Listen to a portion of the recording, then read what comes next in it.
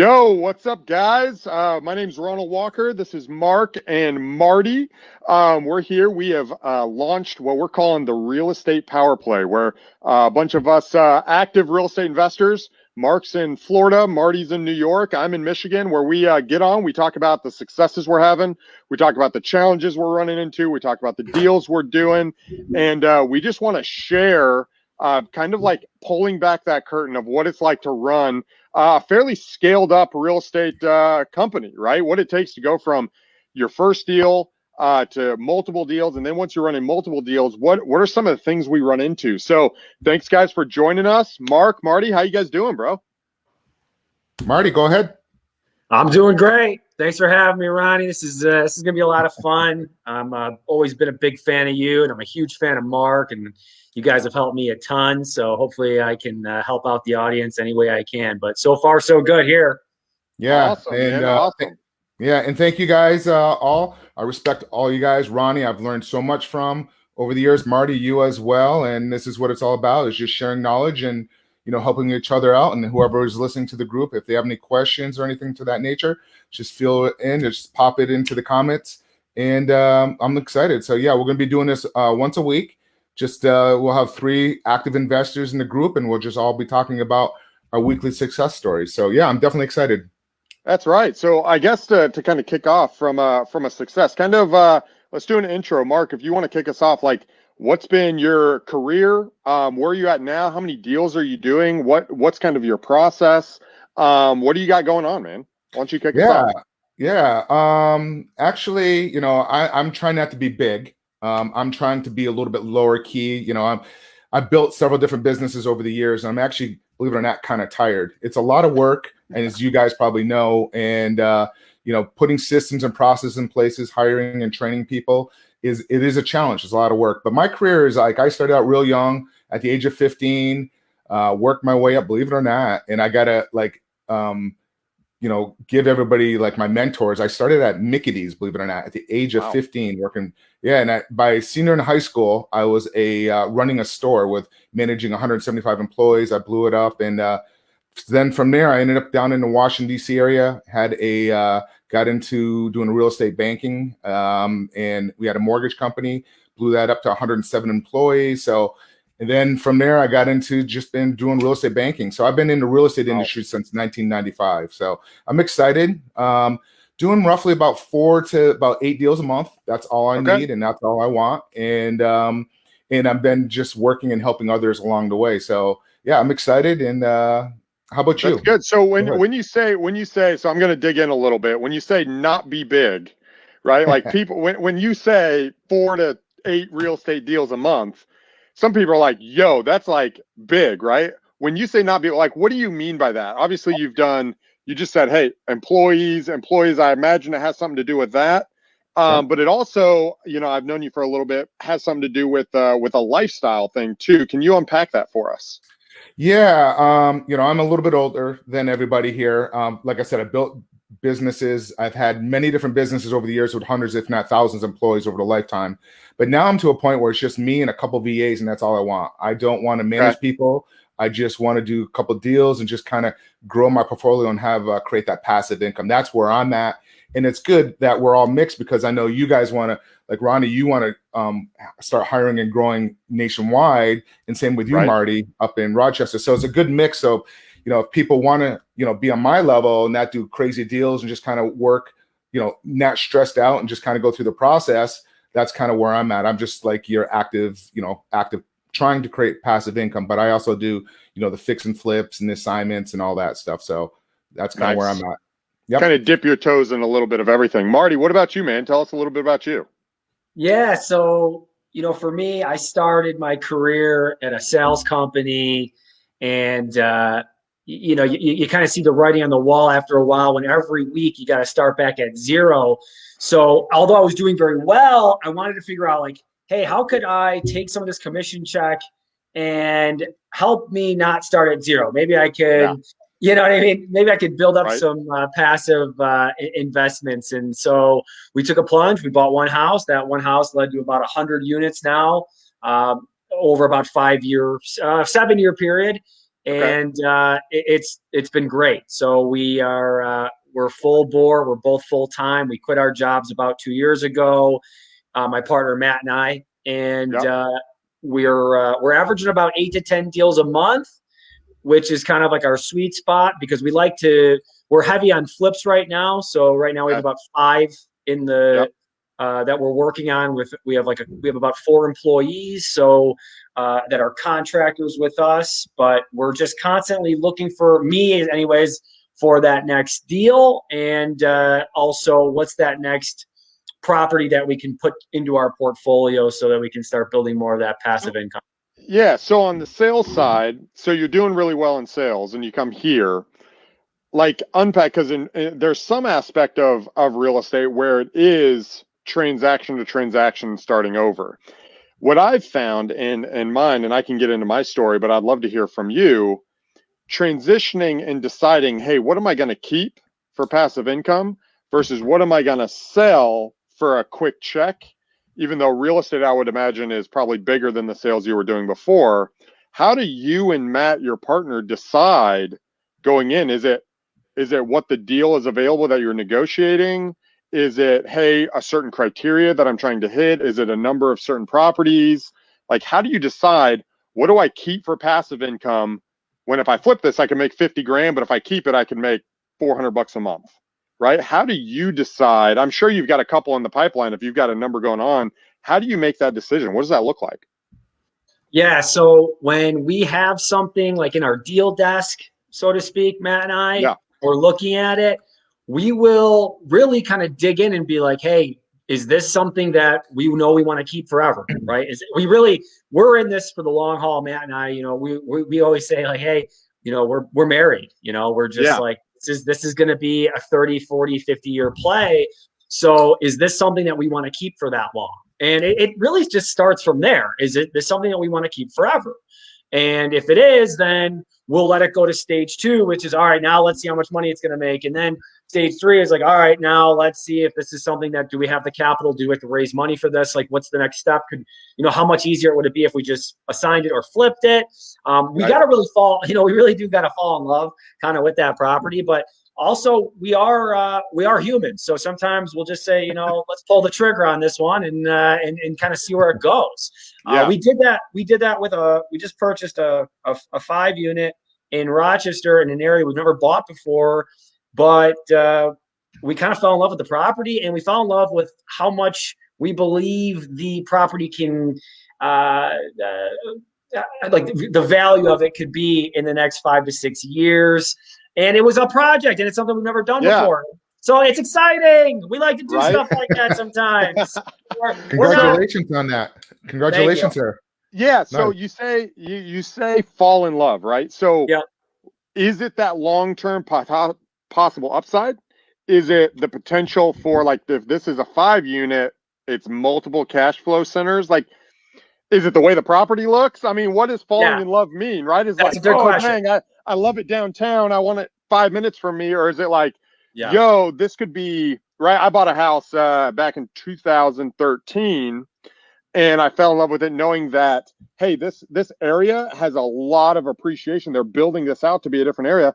Well, over 4 years, it appreciated $120,000 in value, and it was awesome, right? Like, and it was a nice house in a good area, and things were moving in. So there's an aspect there of it's not just the way it looks, potential. What is that for you? Unpack that for us. Absolutely. So when we fall in love, it's because this property was owned by one owner for 60 years. And you love that. You love having an owner that was his baby, right? That's what he built.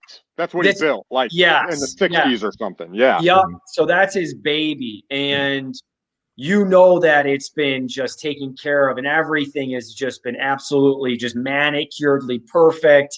So we love that aspect because you don't see that every day. Yeah. And the other part that, of course, we're investors. So, if I love something, it's because I'm getting it at 60 cents on the dollar, right? Or 65 cents on the dollar, which was the case with this property. So Nice job. those are really the two things that really make me fall in love. And oh, by the way, there's that cherry on top appreciation, which we know is going to be there because we know that there's been some big banks that are moving into that area. So, you kind of just, you're right. You fall in love. What does that mean? Well, you got to buy it right. You got to have the vision, and then you got to see the property for being what it is, which was an absolute home run.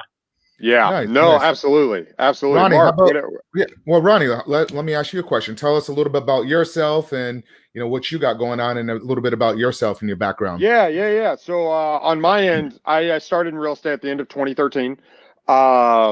December, I jumped in. I was actually in banking before. I was a private client banker at Chase.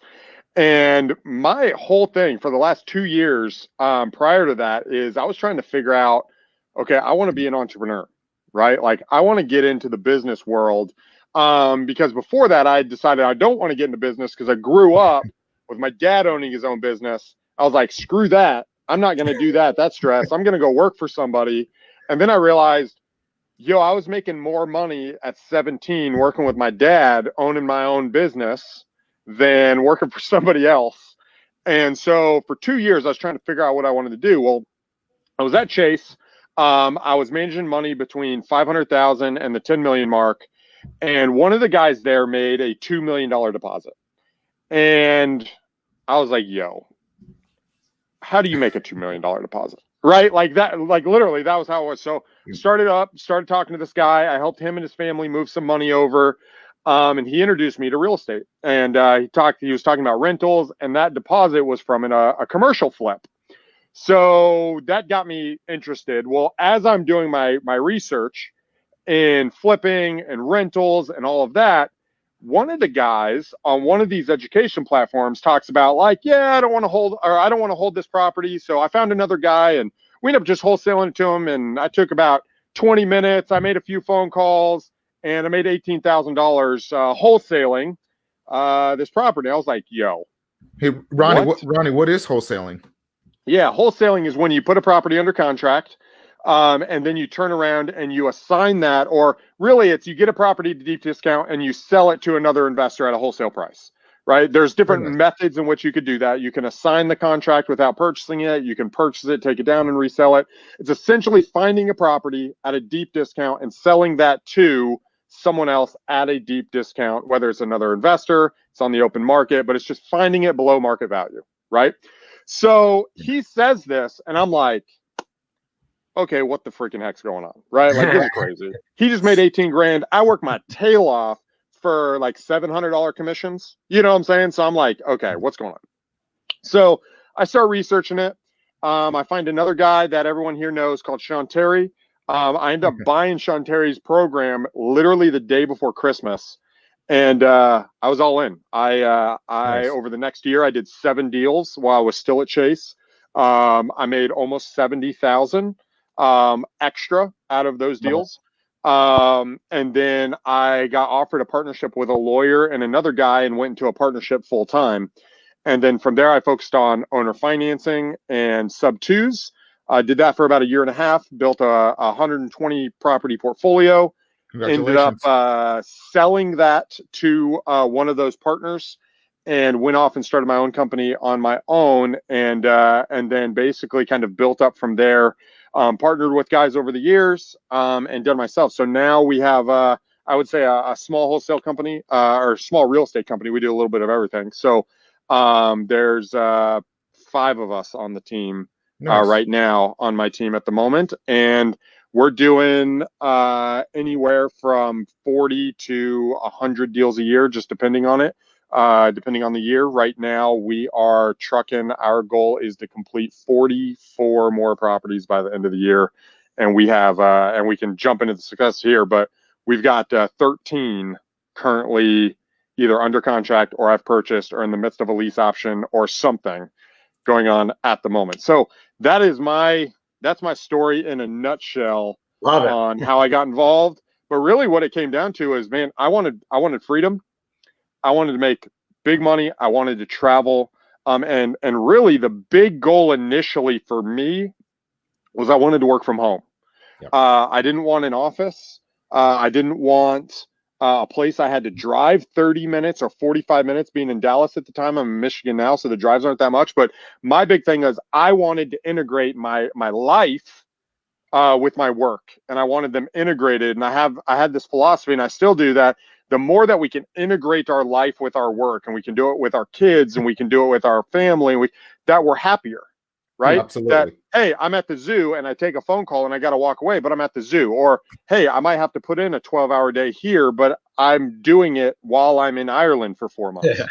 You know what I'm saying? So Yeah, I'm with you. That's It's what true. I I've want. seen it. I've seen him do it. It's all true. He was in Ireland working and doing deals. It's wild. It's absolutely. only real estate. Only real estate. And that's the thing. That and I think us figuring out, hey, what do we want out of this business, and who do we want to be? What's the life we want to live? And then how are we going to go out and make that money, right? What strategies are we going to use? What are we going to learn? Who are the people we want to be around? And that's something I've taken a lot of time and really a lot of thought into. And even while you're wrestling back and forth, hey, I want to build this big company, but you know what? I don't want to be at lunches all the time or meetings all the time. I want to do it remotely. Well, how do you do that? How do I create partners? How do I create relationships? And real estate really offers that flexibility. So that's kind of my story, right? That's where it's at. So let's transition. What are some really cool things that you guys got going on right now? Marty? Yeah, Marty, what's something, maybe a unique situation or something you would consider like a huge win or a big buy or a big sell, and kind of unpack that for us? Absolutely. We are working on, and we are launching on July 24th, we like to call it the first ever. There may have been done before, but not like us. The Flip It bus tour. Okay. So my partner Matt and I, and anybody that's interested could go check out the website, but it's flipitbustours.com. And essentially what we're going to be doing is going through 4 of our flips in different Okay. stages. So beginning, during remodel, and at staging process of selling.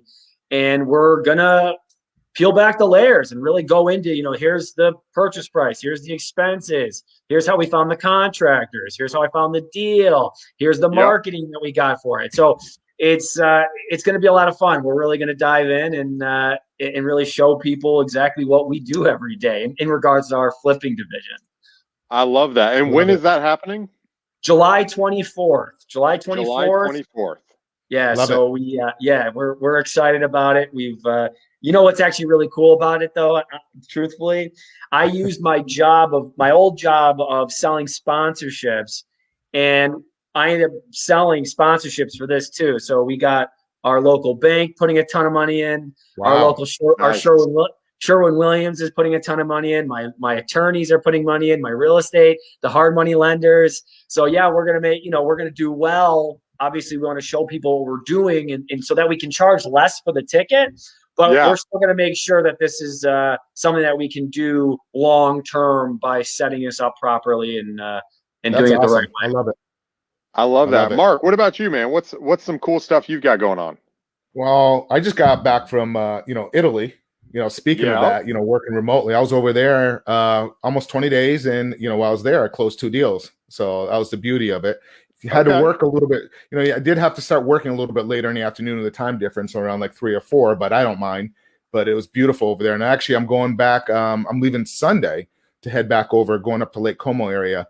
So I actually wanted to stay a little bit longer, but I had to come back because I closed on a deal, and my bank wouldn't let me. Every time I close on a property, I create an LLC, and my bank wouldn't let me open a bank account through DocuSign. So that's why I had to come back. But the reason why we're spending so much time over there is because we're looking to buy a place in Italy, so we can Airbnb it to make money off of it. But then if we want to spend a month there, and then we're going to shoot down to Portugal because we want to get one in Portugal as well, a property over there that we can do an Airbnb on when we're not there. So, but besides that, I would say, I've been working on this one deal. It's several hundred acres up in New England that I got the seller to do creative financing on that, on that particular property. And then I met a gentleman. He's a real estate developer out of Canada. His name's Owen. Great guy, by the way. Very, very sharp. So we're in the process of trying to figure out how to put that deal together. And he wants to, take 200 acres of it and put them into 1 acre lots, and then donate several hundred acres back to the state and city to make it, a common area for hiking, biking, on all that. So that's kind of excited. And then that's a big project. So on Sure. that, so let's dive into that, right? Because that's a big deal, right? Mm-hmm. I mean, we're talking about 200 acres, not in the place where you live. Let's highlight that. Like it's way far. It's not anywhere you can drive to in 30 minutes, right? Or an hour. Correct. Unpack that. How did you find this deal? Why are you even interested in a 200-acre plot that's not a flip, right? Or like an apartment? What happened? How did you find it? How did you analyze it? What does that look like? So it came from a referral. I get a lot of my deals through referrals. That's kind of how I work. I just network. That's my strength. Through the years, I've always just network, that's how I built my businesses. So came from a referral. The gentleman just wanted to sell it. And actually the referral was actually related to the gentleman. So that's kind of how it all happened. And now just got on the phone, started talking to the seller, and he had no mortgage against the property. And, he's looking for this dollar amount. And I said, hey, you know what, why don't we would you be open to doing a JV together, joint venture? Let us develop it, and then you'll make your money back as we go through the process. So we're still. So you're JVing with the seller. Correct. So let me give you an example. So let's say 3 years ago, I'm walking through, some dude's like, yo, my somebody in my family's got 200 acres. I know you're in real estate. Dude, you should talk to him. I think this would be a good deal. You get involved, and he really wants to get rid of it. And I take the phone call, and he's like, yeah, I got 200 acres in New England, and I'm in Texas this time. I'm like, oh God, what am I going to do? Right. And I get on the phone, and I'm like, okay. And you're exploring it. And he says this. In the back of my mind, Ronnie, and this is why I want to hear Mark's thought process in this, because I feel like more people would think the way I thought 3-4 years ago than the way you're thinking is 200 acres, way across the country. There's nothing I can do with this. I'm just going to talk to him, use that as a thing. I'm going to explore what he's willing to do, but I don't know how to exit this, right? I might, like, one, it's probably a massive purchase. So I'm going to have to put it under contract on a price that I don't have in the bank right now. So as you're exploring this and you're talking to this guy, what's going through Mark's mind? And how does Mark decide, yo, this is a fantastic opportunity? And what did you have to set up prior to make yourself confident of being able to buy this 200-acre plot of property? That's probably not a cheap deal. Tying the seller into it long term, that you're JVing with him, and then turning out, which I imagine is a substantial profit on the back end.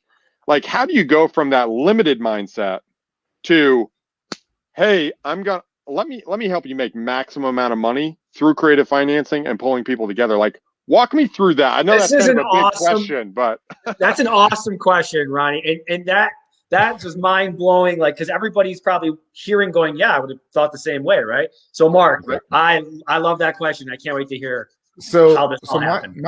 My approach with sellers is I never know, and I just get on the phone, just start talking to them, get to know them, see what they're trying to do.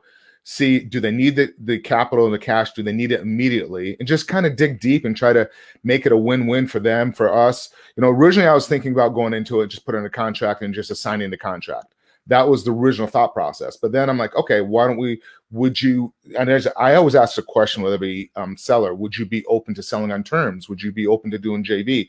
So just over the years, and that's also comes from, being an experienced real estate investor, plus my real estate background, in real estate banking, of just kind of understanding that and just having conversations. I've had multiple conversations with the seller, and so that's kind of where we're at on this. And it's just, that's why I take every conversation. I'm always looking at, okay, how can this work? Because one thing I learned with you, Ronnie, and then Grant, is like, you have to have that tool belt.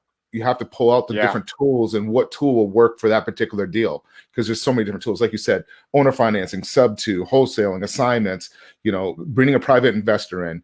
In this one, we're trying to make it where we don't even have to bring a private investor in. We're going to use the land as collateral. Then once we go through the permit process, then give him his money back, what he wanted for it, and then keep him into the deal and give him some equity in it. That's kind of how we're structuring it on this particular one. That's awesome. Marty, go ahead. Oh, I was just going to say, I think, and I love that, Mark, because, I think a lot of people go, well, why would this guy want to work with me? Why would this guy want to do anything with me? I think we see a lot of deals at times that come across our desks and we go, this guy's not going to want to do this. Stop it. You don't know unless you ask. And Mark, you're a sales guy, and you are creating a win-win. It's a win for you. It's a win for him. He has no idea what he's going to do. That's the point. He's sitting there right now. You have the opportunity because you have an imagination and you are a businessman and a sales guy. They need you.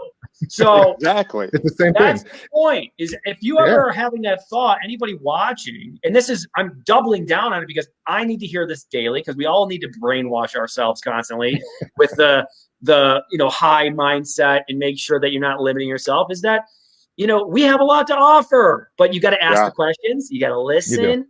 Yeah, and so those are all important things that you said, which I love. The key, and you just said it right there, is listen. You have to listen. That's the number one key to me, is like really listen. And then when we're talking, pull that out of them, go deeper, finding out why, and try to like solve their needs and solve the problem, make it a win-win. And in this one, it's just going to be straight across the board. So how about you, Ronnie? What do you have going on? Yeah. Well, and I want to double down on that point before I go in. You guys? When you go I'm sorry. For a, can you hear us? Yep. Nice. Okay. When you go in for a conversation, like what do they need? And don't make assumptions. I love what you said, Marty. A lot of us want to make the choice for them. Instead, ask what you're willing to do. Ask if they want something and just see what they say, right? Their problems are not your problems, right? And your problems are not their problems. Right. And just realizing that, hey, they have a 200, like you don't know their situation. Right? You might be thinking, dude, this guy's a multimillionaire. He could develop it himself. He could do this. Maybe he doesn't want to do all that, right? Maybe he's just like, yo, I'm tired, right? And I think that just go in, focus on the need, like what you're doing, right? Focus on the need, have a conversation, unpack it all, and then say, okay, here are some options that I see, and here are some options I'm willing to do. Right. And just go down that route. On my side, as far as success, so we've transitioned. So I moved out of the Texas market about 2 years ago up to Michigan. And Michigan, things are done significantly different than in Texas, mainly because there's more things that are legal in Michigan than there are that are in Texas, specifically land contracts, contract for deed, some creative options that aren't just sub 2. So on my end, we've been opening up a lot of the lease option stuff, right? Doing more lease options. Whether it's on the sale side or on the buy side. So right now that has been implemented into our process. So right now I've got 3 going on. We're in upstate New York, not where Marty's at. We're in Ulster County and Dutchess County. I got 2 properties there. We just put one under contract. It's a great deal. $415 is the option price. We got it for $1,500 a month. It rents for $3,000, but we have it at $1,500 a month on a 7-year option period term. So we have 7 years of doing that, right? So when we came in, one of the cool lessons from here that I was talking with one of my acquisition guys about, not the one who picked it up, but the other one, is the ability of like, hey, how do you get people to extend the term longer rather than wanting shorter? I think a lot of us initially are like, why would people go longer? Well, my other acquisition guy, while he's talking to him, the way he spun it or the way he presented it was the guy has had this as a rental and he's put about 80 grand into the garden in the backyard. And he's like, yo, I want to maximize the money in this property. So he's like, well, you could sell it for $415, but if you actually rented it out to us, we'll guarantee the maintenance and we'll guarantee your monthly payment for this period. But if you do 5 years, you're going to make X amount on top of the $415. He just added whatever the rent amount was. And he was like, but if you want to make $80,000 or whatever it was, I don't remember the number, If we do 7 years, you can make an additional $24,000, and you just hold it for 8 years, and then overall you make 415 plus this, which is almost $500,000, and you don't have the headache of renting it or doing this, and you get to lock in that sale price. And he was able to extend it because he focused on the seller saying, hey, I want to maximize my investment that I put into this property. I want to maximize my time, but I don't want to spend time on it. And I really don't want to sell it for 415. I'd like to get more. That's just what the market's bearing right now. And so we were able to structure it in a way that says, hey, the longer you hold it, the more money you make, while at the same time, you don't have the risk of the payment or anything like that. And so we're able to structure it creatively where we're not having to do a sub two. We're not having to take ownership, but we're able to lock in that purchase price for a long term, giving us an appreciation upside and giving him a long-term cash flow, while at the same time, him locking in that 415 price. So, from his end, if the market dips, he's got us on the table for potentially a purchase for 415. So that's one of our big successes right now. I love it. That we got going on. So love it. I love lease options. That's how I got into investing lease options when I first started out. Sandwich lease options. Just coming in. Well, and one of the things that lease option has is when we buy it, they still hold ownership. So they feel like they still have control. And a lot of us, we're kind of control freaks, right? But there's actually something that's wonderful about controlling without owning, right? If you own it, that doesn't necessarily mean you're in control, right? And sometimes you can control it without owning it. And so there's just a flip side of, okay, what benefits do I want? Do I really want ownership, right? And what does ownership mean to me? What does controlling it mean? What is the cash flow? What is the upside? What is the downside? And you can use a lot of those factors to create a win-win. A lot of times people don't want to transfer the deed over, right? Because they want to own it, because that owning it is like their sense of security. Where other times they're like, yo, I just want a payment from this thing. Yep. Right? Like I just want my mortgage taken care of. I do not want to have to worry about this thing anymore. I want the mortgage payment taken care of, and I want to make $120, and I want to pass that to my kids when I die, right? And whatever it is, and I just want to make sure someone's going to pay me. Oh, and if you don't pay me, I want it to be easy, right? I'm not a real estate investor. So just unpacking that need, I find that's where I would say we find our biggest opportunities, right? Is realizing, hey, the people we're marketing to, the people we're helping, whether that's JV partners, right? Other investors that we're partnering with, whether that's sellers, whether that's agents, whether that's networked individuals, other mortgage brokers or whatever. Hey, what are the problems that you have, right? And then saying, okay, can I solve that? Is that part of my strategy? Is that part of what I want? And then figuring out, okay, how can we work together on the deal? And then just asking for what you want, right? I think a lot of us, we're willing to help other people, but then when we want something, we're like, I don't think they would do what I want. It's like, dude, just a freaking ask, right? Just yo, I'm willing to do blank. One of my acquisition coordinator, he was freaking awesome. The other day, we got another one. We actually bought owner financing. We didn't do a lease option. We're going to do a lease option on the sale, but we bought owner financing. We agreed at 170 with the seller. Well, the seller came back and said, hey, things on the market are selling for 240, right? And he sat down and talked to him, and literally he just came out and said, look, 240 doesn't move the needle for us, right? 170 is what we're willing to do. And he sat there and had a beer with him, I think, for like 2 hours. But what happens is, hey, this is what we're willing to do. And the guy was like, you know what? All right, 170 it is, right? And we got it for 170, 10 grand down, and $1,300 a month on that one. On top of that, this is the coolest part for me outside of the deal. I'm walking through the property before we close, and the dude's like, hey, I'm the last heir in a long line from both my mother and my father's side, and I've inherited stuff all the way back from the 1700s. And I've got boxes and boxes of stuff. Like I got old books and I got this. I was like, when you say old books, what do you mean? Right? And he's like, and anybody behind me can see this thing. Of course, that's what Ronnie cares. I've got more upstairs. So he's like, yeah, we got like first edition Little House on the Prairie. And we got, so I was like, yo, I'm like way interested. long story short, I went and got 343 books, all between like the 1850s and the early 1900s, leather bound. I ended up buying for them at 10 cents on the dollar. Basically the books. I got a first edition Little House on the Prairie. I got a first edition Cheaper by the Dozen, Stuart Little, a lot of these old, really cool classics. So, hey guys, you got to ask, you got to figure out what people want, right? And they'd literally been sitting in storage for 20 years.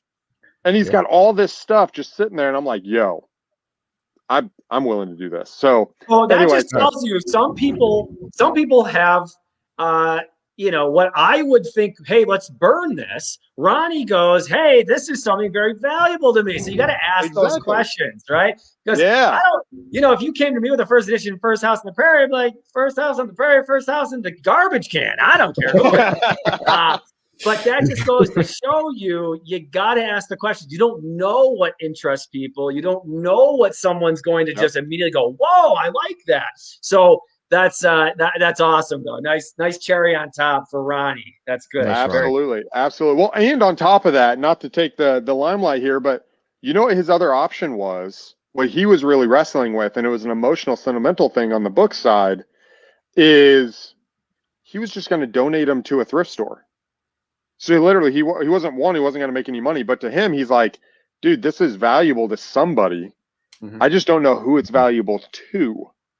Right. And Marty, you talked about falling in love with people, like putting the effort in the house they built 60 years ago.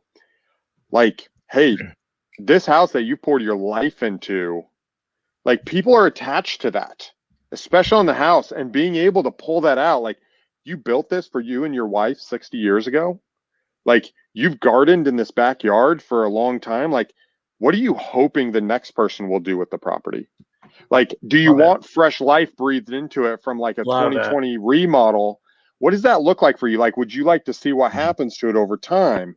And in connecting that, because guys, a lot of real estate in general is just, it's very emotional, right? It's when I sold my personal house, when I moved to Texas, I actually sold it to an investor who I got multiple bids on it. And literally afterwards, me and my wife were talking about it and was like, you know what? That second offer was a family in the medical field, and it was like $3,000 less. And like literally walking out, I was like, man, we should have sold it to that family. You know what I'm saying? Like, there is an element of, if you're just like, yo, here's my offer, you're not solving their problem, right? But if you sit down and you say, hey, you're selling it to a guy who, this is how I feed my family.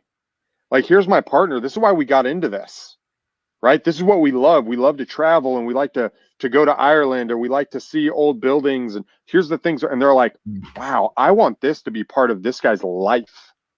It's not a cold transaction. And I think a lot of us miss out on that is, dude, this stuff isn't cold. Right. These are real people with real problems, with real wants. And all we got to do is just unpack that for them. So anyway, I'll turn it over. That's a really good point, Ronnie. I think when we can get very transactional as real estate investors, because we're on the phones calling, you're not talking to people, you're texting people, you're mailing people, so obviously real estate's a numbers game, right? But when you talk to that person, just because you've had a conversation that day or maybe an hour before with someone who maybe hung up on you or wasn't interested, this is the first time that they're hearing from you, right? Yeah. So you got to make sure that, even though you might think, listen, all they want to know is the number. All they want to hear is what I can give them. No, you're losing there. That's right. Every single time you got to come with it. And you got to come with your personality. You got to give them the story. You got to give them why you do what you do. You got to tell them your why, and you got to ask them theirs. And so those things are critical, because that's how a deal occurs. And that's why people have said thousands of times, I bought more houses by people because they've, liked the way I am than by the price. And it's true. It is. So those are important things to remember. Just because you said the same sort of intro pitch, kind of your life story to someone, and they, slam the door on you, that person you're talking to today, right now, in front of them, they obviously haven't heard that. So you got to give it to them, and you got to give it to them in a way that they can, be pushed back with, oh wow, this is good. This is a human being. We're humans. Yeah, that's what humans, exactly. Well, in that the way I've thought, the way that one of my mentors mentioned it to me is, you want to get the no's out as fast as possible. So imagine it being like, no, no, no, no, no, no. Yes, boutique service. Right? And then you coddle. It's like, no, no, no, no, no. Yes. All right. Let's take really good care of you. No, no, I don't want to spend time with people who don't want it. No, no, no, no, no, no. Yes, I want to do that. Okay, let's really unpack what you are looking for. And I think if we can have that mentality of no, no, no, no, none of that matters. What matters is, as soon as someone raises their hand, we say, okay, what are you really trying to do? And then spending your time there. And even though people talk about, efficiency and this, like, you don't want to try to rush the process when you get a yes, right? And my system right now, obviously we don't want to waste time, but there is an aspect of sitting down and having a beer with someone for 2 hours makes you $40,000. And the truth is, real estate's one of the few things that you can make 40 grand on one transaction in a 2 hour or an hour time period. Most other businesses that have that kind of sale, they're fostering relationships for years. I have a question for you guys, gentlemen. Yes, sir. How many of these people that you've done real estate deals with that you're still friends with? That you still communicate? That's a good question. Because you built that relationship with them. I still am friends with some of them that I've done some deals with through social media and through different sources that we've connected, and I've gotten referrals from it. Yeah. Well, and I think what happens is,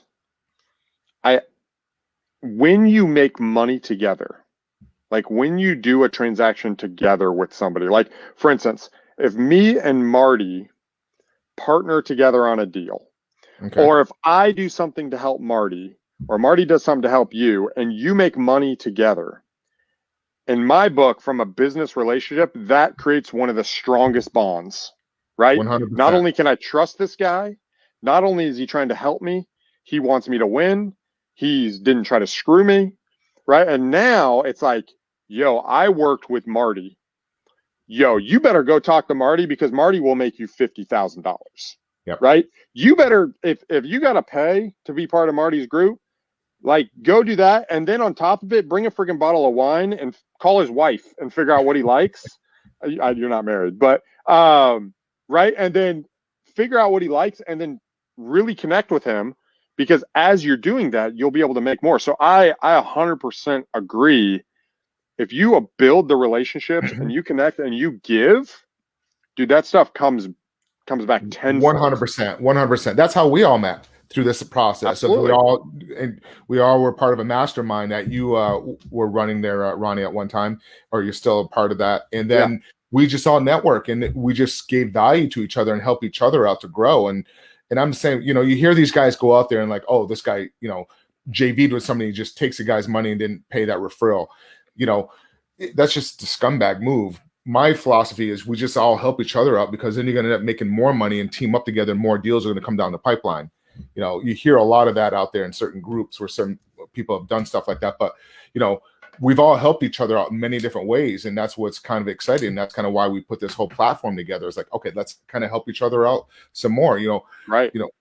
Up in Michigan, up in New York, I'm down here in Florida. So, and then we're going to also have, Gabe, and then we're going to be bringing John Grimes in. So we're going to be rotating it around once a week. So we can just talk about different success stories and knowledges.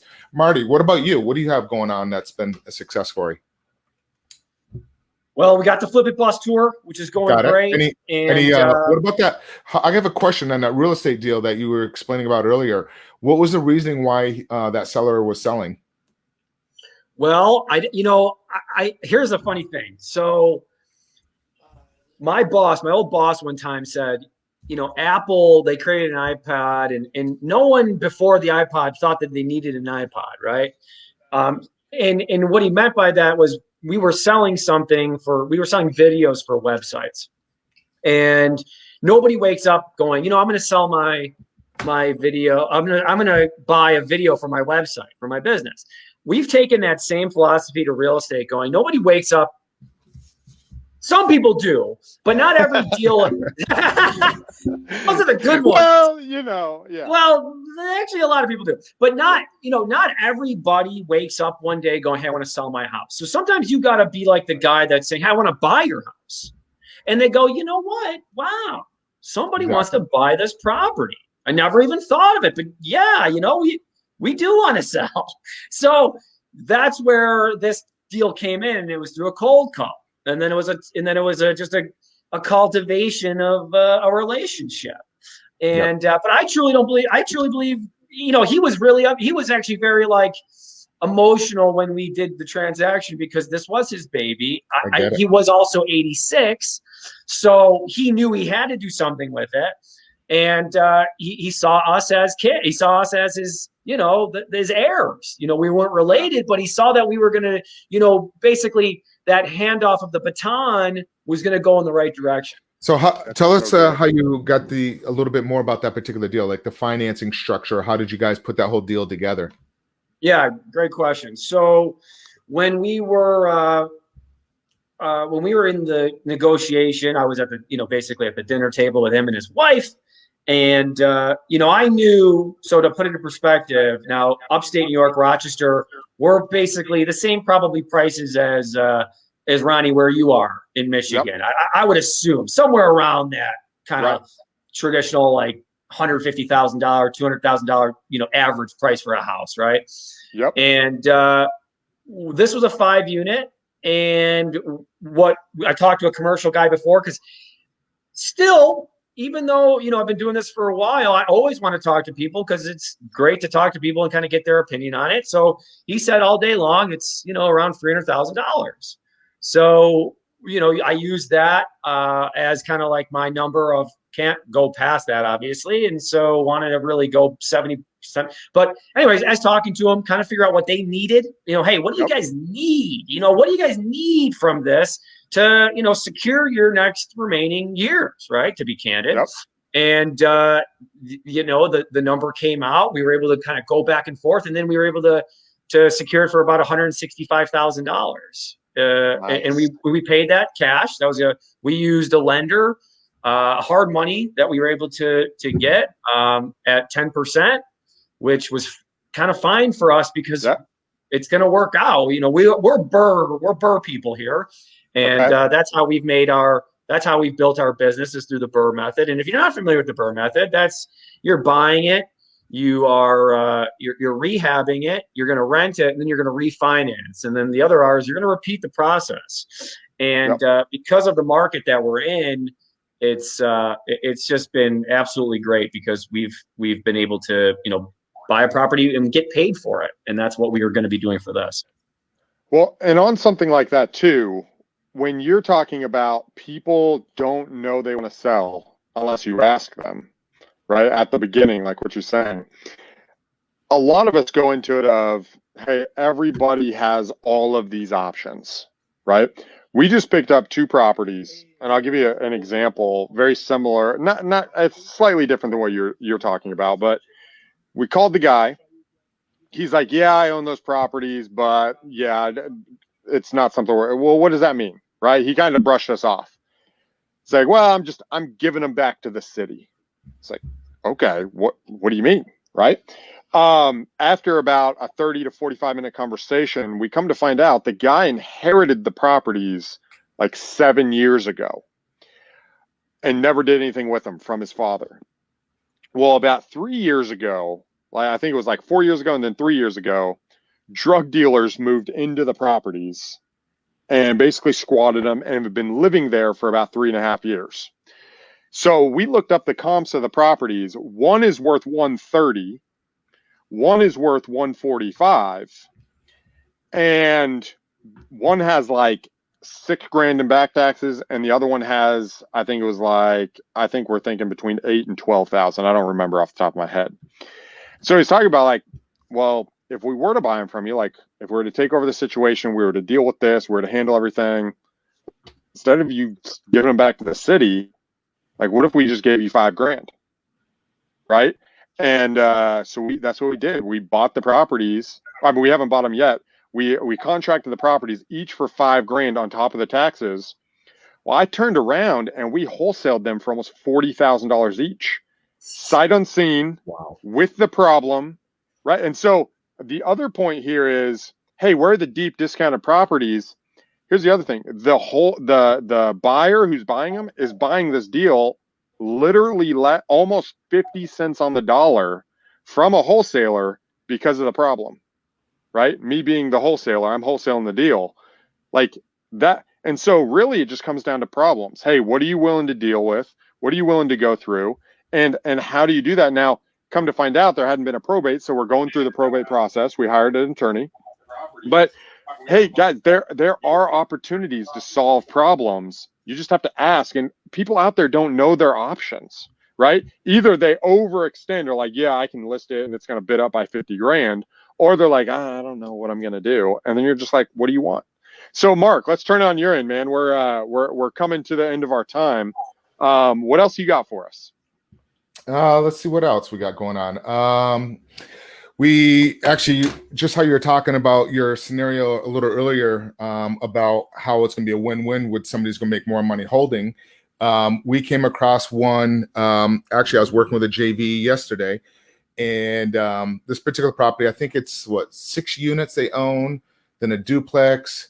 So it was a 6, 7, about 9 units total, and combined. And we're putting together an offer for seller financing on that particular one, and the whole combined is going to be about $250,000. And then we did the as seller financing over amortize that 30 years at 10 years.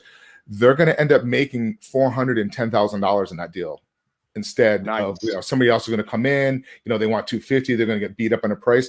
We're willing. I'm willing, and I'm sure you guys are the same.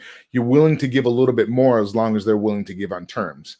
That's kind of how I looked at it on this particular one. Now, this property does definitely need work, and over time, we will be definitely going in there and fixing it up. But it's going to cash flow pretty well on this one. But again, the seller, it's a win-win for the seller. She's an older lady, and she's going to be getting $1,500 a month coming in over 10 years. That's like another Social Security check, if you will. Yeah. And that's the beauty. Yeah. I'm sorry. Yeah. That's how you gotta, so it's definitely gonna be a win for that particular seller. So that's what I got going on. And we got a couple going on in Alabama. We're purchasing on sub-2s or selling them on lease options. That's kind of usually my go-tos, like owner financing, sub-2s, but I also love acquiring properties on lease options. Those work really well for your retail buyer. And again, if they don't want to transfer the titleship out of their name.